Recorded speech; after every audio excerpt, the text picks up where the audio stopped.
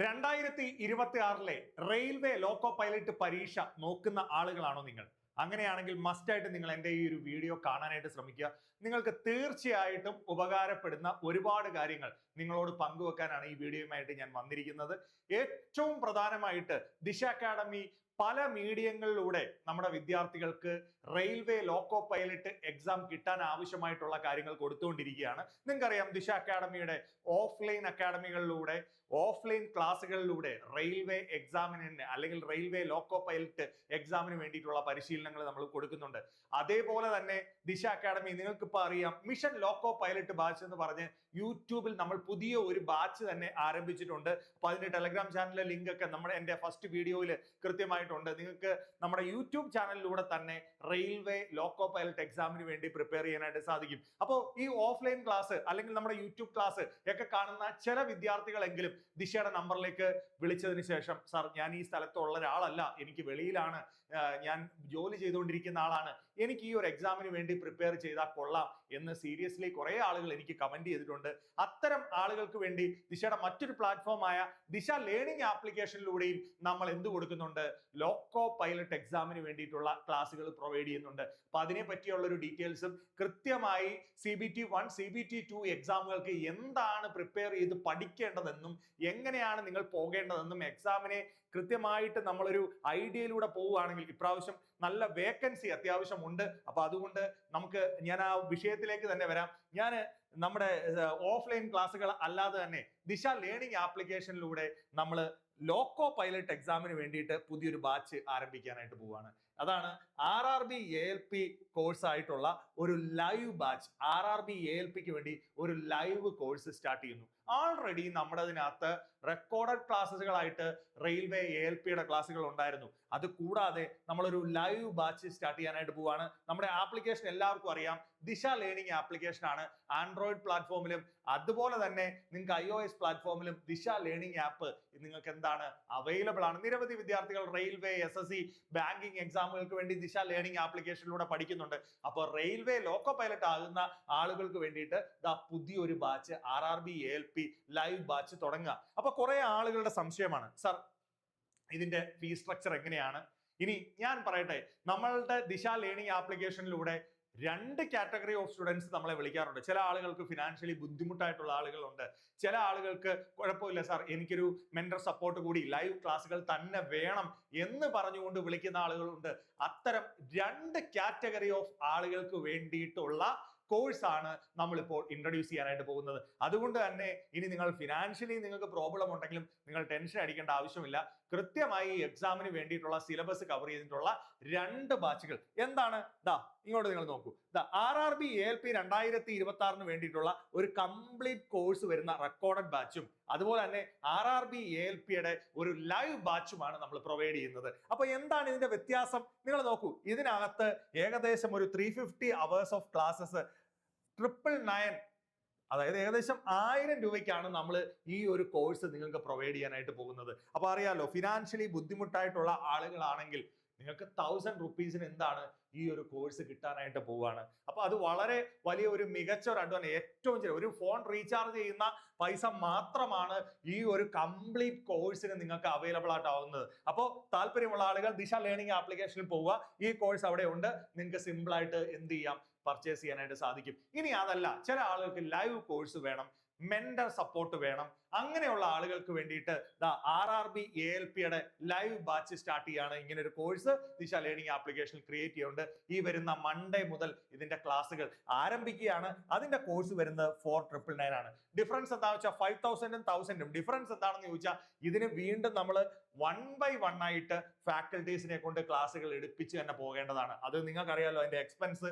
അപ്പൊ ഓരോ ഫാക്കൽറ്റീസിനെ കൊണ്ടും എല്ലാ ടോപ്പിക്കും കവർ ചെയ്തിട്ടുള്ള ക്ലാസ്സുകൾ, അതായത് CBT 1 CBT 2 ആവശ്യമായിട്ടുള്ള ടോപ്പിക്കുകൾ കവറപ്പ് ചെയ്യേണ്ടത് കൊണ്ട് തന്നെ എന്താണ് നമുക്ക്, അതുകൊണ്ടാണ് ഇവിടെ 5000 എന്നുള്ള എക്സ്പെൻസ് വരുന്നത്. ഇത് ആൾറെഡി സെറ്റ് ആയിട്ടുള്ള ഒരു ക്ലാസ് ആണ്. അതുകൊണ്ട് നമുക്കൊരു പ്ലാറ്റ്ഫോം ഫീയും GST മാത്രം നമുക്ക് ആവശ്യമുള്ളൂ. എന്തിന്?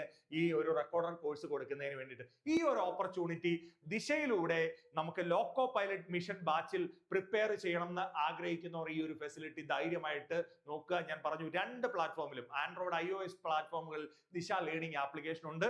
നിങ്ങൾക്ക് ഞാൻ നമ്മുടെ നമ്പർ ഫസ്റ്റ് സ്ലൈഡിൽ നിങ്ങൾ നമ്പർ കണ്ടിട്ടുണ്ടാവും. ആ നമ്പറിലേക്ക് നിങ്ങൾ അയച്ചാൽ മതി. നിങ്ങളുടെ ടെക്സ്റ്റുകൾ അല്ലെങ്കിൽ വാട്സപ്പ് ചെയ്താൽ മതി. നിങ്ങളെ എന്ത് ചെയ്യും, നമ്മുടെ അഡ്മിൻസ് കോൺടാക്ട് ചെയ്യും. ഞാൻ നമ്പറുകൾ ഒന്നുകൂടെ തരാം. അപ്പൊ ഈ 2 കോഴ്സുകളാണ് നമ്മൾ നിങ്ങൾക്ക് ഇൻട്രൊഡ്യൂസ് ചെയ്യുന്നത്. അപ്പോൾ ഞാൻ പറഞ്ഞു, ഓഫ്ലൈനായി പഠിക്കാൻ പറ്റാത്ത ആളുകൾ അല്ലെങ്കിൽ വലിയ ഫിനാൻസ് ചെലവാക്കി പഠിക്കാൻ പറ്റാത്ത ആളുകൾ തീർച്ചയായിട്ടും ഈ സൗകര്യത്തിലൂടെ നിങ്ങൾക്ക് ഈ വരുന്ന എക്സാമിന് സീരിയസ്ലി പ്രിപ്പയർ ചെയ്യും. ഇതൊരു നല്ല അവസരമാണ്. ITA, ഡിപ്ലോമ, ബിടെക് ഒക്കെ ഉള്ള ഒരുപാട് ആളുകളുണ്ട്. അപ്പൊ നിങ്ങളെ സംബന്ധിച്ച് ഏറ്റവും മികച്ച ഒരു അവസരമാണ് ഏതാണ്? മെക്കാനിക്കലുകാർക്ക്, ഇലക്ട്രോണിക്സുകാർക്ക്, ഓട്ടോമൊബൈലുകാർക്ക്, ഇലക്ട്രിക്കലുകാർക്ക് എന്ത് കോഴ്സിലേക്ക്, എന്ത് റെയിൽവേയിൽ ഒരു പൈലറ്റ് ആവണം, ലോക്കോ പൈലറ്റ് ആവണം എന്ന് ആഗ്രഹിക്കുന്നവർക്ക്. അപ്പൊ തീർച്ചയായിട്ടും ഈ ഫെസിലിറ്റി നിങ്ങൾ ഉപയോഗിക്കും എന്ന് വിചാരിക്കുന്നു. കഴിഞ്ഞ വർഷം ഞാൻ പറഞ്ഞു 15+ സ്റ്റുഡൻസിനെ നമുക്ക് RRB ALP ലോക്കോ, ഇപ്പൊ നമ്മുടെ ലോക്കോ പൈലറ്റുമാര് ട്രെയിൻ ഓടിച്ചുകൊണ്ടിരിക്കുക. അപ്പോ ആ ഒരു കോൺഫിഡൻസിലാണ് ദിശ അക്കാഡമി പറയുന്നത്. ഇവരുടെ ഈ സക്സസ് വീഡിയോ നമ്മുടെ ചാനലിൽ ചെയ്തിട്ടുള്ള ആളുകളുടെ ഫോട്ടോയാണ് ഞാൻ ഈ കൊടുത്തിരിക്കുന്നത്, അല്ലാത്ത ആളുകളുടെ കൊടുത്തിട്ടില്ല. അപ്പൊ നെക്സ്റ്റ് നിങ്ങളാണ്. നിങ്ങൾക്ക് ജോലി കിട്ടിയാൽ നെക്സ്റ്റ് നിങ്ങളെയാണ് നമ്മൾ നമ്മുടെ ചാനലിലൂടെ അവതരിപ്പിക്കാൻ ആഗ്രഹിക്കുന്നത്. തീർച്ചയായിട്ടും അടുത്തത് നിങ്ങളായിരിക്കണം എന്ന് ആഗ്രഹിക്കുന്നു. അപ്പൊ തീർച്ചയായും നമ്മൾ ആ പ്രൊവൈഡ് ചെയ്ത കോൺഫിഡൻസിലാണിത് നിങ്ങളോട് പറയുന്നത്. നമ്മുടെ ഡേറ്റ് മറക്കരുത്. 14th ജൂൺ വരെ നമുക്ക് അപ്ലൈ ചെയ്യാനായിട്ടുള്ള ഡേറ്റ് ഉണ്ട്. കുറച്ച് ദിവസങ്ങളുണ്ട്.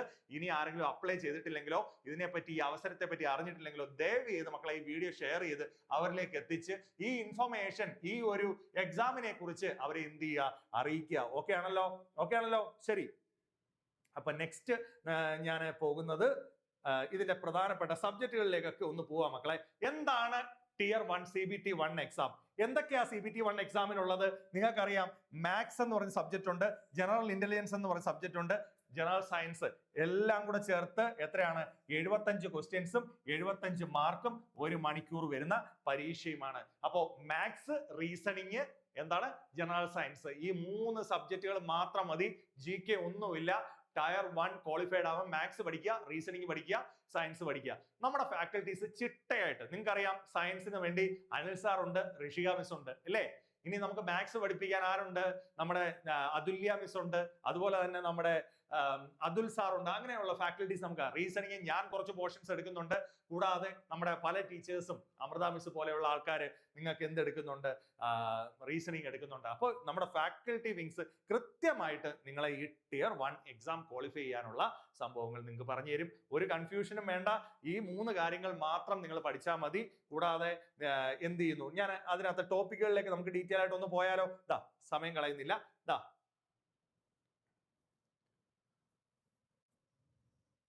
ഓക്കെ, എന്താണ് മാത്സിന്റെ ടോപ്പിക്കുകൾ?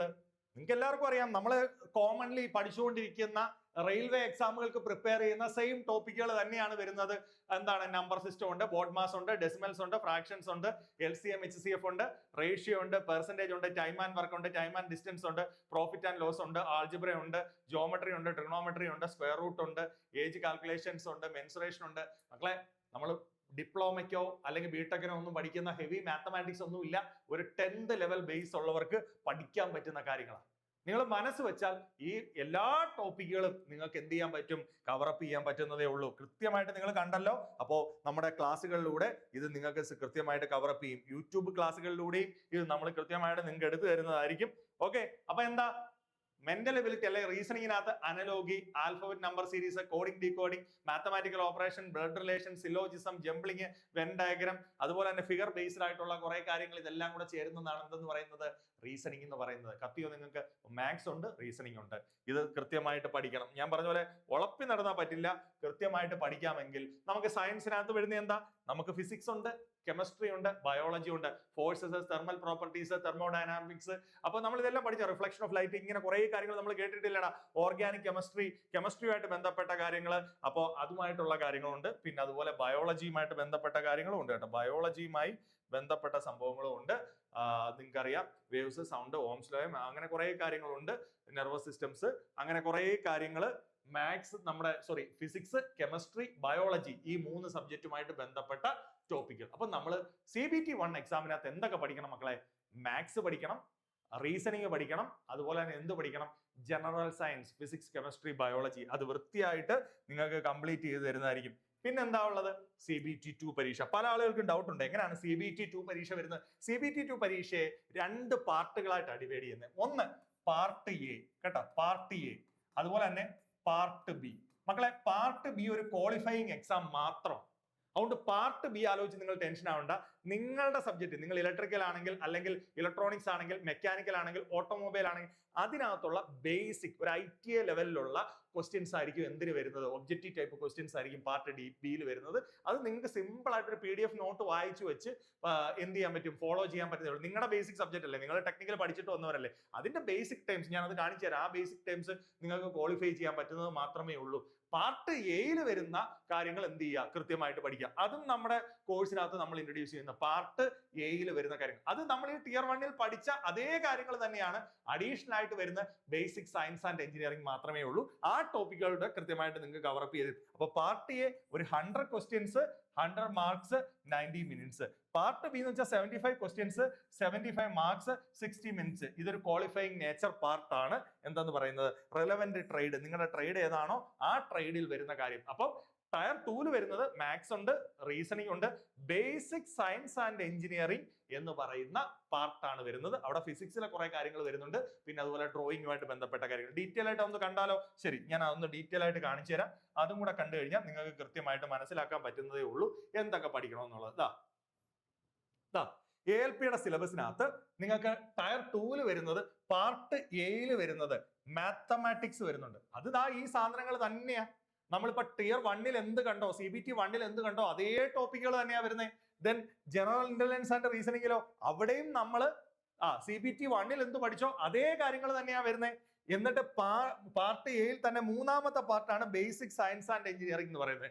അവിടെയാണ് നമുക്ക് എന്തുള്ള ഡ്രോയിങ്ങുകൾ പഠിക്കണം. എന്താണ് ഡ്രോയിങ് ഇൻസ്ട്രുമെന്റ്സ്. നിങ്ങൾ ഗ്രാഫിക്സ് ഒക്കെ പഠിച്ചിട്ടുണ്ടല്ലോ, ഡ്രോയിങ്ങുകൾ അത് പഠിക്കാനുണ്ട്. പിന്നെ ബേസിക് നമ്മുടെ സ്പീഡ്, വെലോസിറ്റി പോലെയുള്ള ഫിസിക്സുമായിട്ട് ബന്ധപ്പെട്ട കാര്യങ്ങളൊക്കെയാണ് കൂടുതലും വരുന്നത്. അപ്പൊ ഇതാണ് പാർട്ട് എയിലെ 3 പാർട്ടുകൾ. ഏതാണ് പാർട്ട് എയിലെ 3 പാർട്ടുകൾ? ഒന്നാമത്തെ പാർട്ട് മാത്സ്, രണ്ടാമത്തെ പാർട്ട് റീസണിങ്, മൂന്നാമത്തെ part basic science and engineering. ഇത് 3ഉം ക്ലിയർലി നിങ്ങൾക്ക് എന്ത് ചെയ്യും, കൃത്യമായിട്ട് പറഞ്ഞു തരും. അതനുസരിച്ച് പഠിക്കുക എന്നുള്ളത് മാത്രമേ ഉള്ളൂ അവിടുത്തെ കാര്യം എന്ന് പറയുന്നത്. ഓക്കെ ആണല്ലോ? ഇനി അതിനുശേഷം ഞാൻ പറഞ്ഞൊരു ക്വാളിഫയിങ് നേച്ചർ ഉണ്ടെന്ന് പറഞ്ഞു. ഏതാ? നിങ്ങളുടെ റെലവന്റ് സബ്ജക്ട്. അത് ഏതൊക്കെയാണ് വരുന്നത്?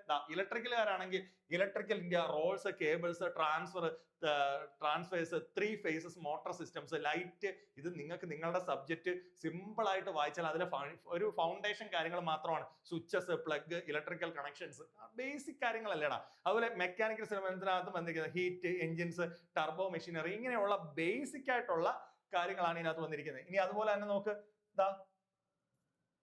ഓട്ടോമൊബൈലിനകത്ത് വന്നേക്കുന്ന machine design, system theory, IC engines, heat transfer, ഇങ്ങനെയുള്ള കാര്യങ്ങൾ. ഇലക്ട്രോണിക്സ് ആൻഡ് കമ്മ്യൂണിക്കേഷനോ transistors, digital electronics, networking, electronic tubes, semiconductors, computer, microprocessor, ഇങ്ങനെയുള്ള ബേസിക് കാര്യങ്ങൾ നിങ്ങൾ പഠിച്ചാൽ മതി. നിങ്ങളുടെ ട്രേഡുമായിട്ട് ബന്ധപ്പെട്ട് അതിന് PDF നോട്ട്സ് തന്നെ അവൈലബിൾ ആണ്. അത് നോക്കി വായിച്ച് പഠിച്ചിട്ട് പോകാന്നുണ്ടെങ്കിൽ ആ ക്വാളിഫയിങ് എക്സാം നിങ്ങൾക്ക് പാസ്സാവാൻ പറ്റുന്നേ ഉള്ളൂ. അപ്പൊ ക്ലിയർ ആയിട്ട് നിങ്ങൾക്ക് എന്താണ് RRB ALP എക്സാമിന് പഠിക്കേണ്ടതെന്ന് മനസ്സിലായി. 2 പരീക്ഷയുണ്ട്, CBT 1, CBT 2 എക്സാം ഉണ്ട്. CBT 1 മാത്സ്, റീസണിംഗ്, അതുപോലെ തന്നെ എന്താണ് ജനറൽ സയൻസ്. CBT 2 എന്തൊക്കെയാ വരുന്നത്? മാത്സ് ഉണ്ട്, റീസണിംഗ് ഉണ്ട്, കൂടാതെ എന്തുകൂടി ഉണ്ട്, നമ്മുടെ റെലവെന്റ് ആയിട്ടുള്ള ബേസിക് സയൻസ് ആൻഡ് എഞ്ചിനീയറിംഗ് കഴിഞ്ഞിട്ട് നമ്മുടെ ട്രേഡിൽ നിന്നുള്ള ബേസിക് കാര്യങ്ങൾ. അപ്പൊ ഇത്രയും കാര്യങ്ങളാണ് വരുന്നത്. അപ്പോൾ എല്ലാവർക്കും ഞാൻ ഇൻട്രൊഡ്യൂസ് ചെയ്ത് തന്ന ഈ ഒരു കോഴ്സിന്റെ പ്രാധാന്യം മനസ്സിലായി കാണുമെന്ന് വിചാരിക്കുന്നു. റെക്കോർഡർ കോഴ്സ് താല്പര്യമുള്ളവർക്ക് അതെടുത്ത് പഠിക്കാം. വളരെ ചെറിയ ഫീസ് സ്ട്രക്ചറിൽ നിങ്ങൾക്ക് പഠിക്കാം. ഇനി അതല്ല, ഈ online batch, mission loco pilot ബാച്ചിൽ നിങ്ങൾക്ക് ഈ ഒരു കോഴ്സ് സ്ട്രക്ചറിൽ, ഫീസ് സ്ട്രക്ചറിൽ പഠിക്കാം. Live class with mentor support, Tier 1, CBT 1, CBT 2 ടോപ്പിക്കുകൾ പഠിക്കാൻ പറ്റും. കൂടാതെ എന്താണ്, ഏർലി ബേർഡ്സ് ഓഫർ ഇപ്പോൾ അവൈലബിൾ ആണ്. അപ്പൊ നിങ്ങൾക്ക് കൂപ്പൺ കോഡ് ഉപയോഗിക്കുമ്പോൾ ഈ ഫീസ് സ്ട്രക്ചറിൽ നിന്നും ആദ്യം സെലക്ട് ചെയ്യുന്ന കുറെ ആളുകൾക്ക് ഒരു 500ന്റെ ഓഫ് വരുന്നുണ്ട് കൂപ്പൺ കോഡ് ഉപയോഗിച്ച് നിങ്ങൾ സെലക്ട് ചെയ്യുമ്പോൾ. അപ്പോൾ മൺഡേ മുതൽ നിങ്ങളുടെ ക്ലാസ്സുകൾ ആരംഭിക്കുകയാണ്. എത്രയും പെട്ടെന്ന് നിങ്ങളുടെ സീറ്റുകൾ ഉറപ്പിച്ച് ഈ വർഷത്തെ CBT 1 and 2 എക്സാംസ് ക്ലിയർ ചെയ്ത് അടുത്ത വർഷം നിങ്ങളൊരു ലോക്കോ പൈലറ്റായി മാറുകയും ദിശയിലൂടെ നിങ്ങളുടെ സക്സസ് വീഡിയോസ് ചെയ്യാൻ എനിക്കും അവസരം കിട്ടട്ടെ എന്ന് ഞാൻ സ്നേഹത്തോടെ ഓർക്കുകയും ചെയ്യുന്നു. അപ്പോൾ എല്ലാവർക്കും all the best. Thank you.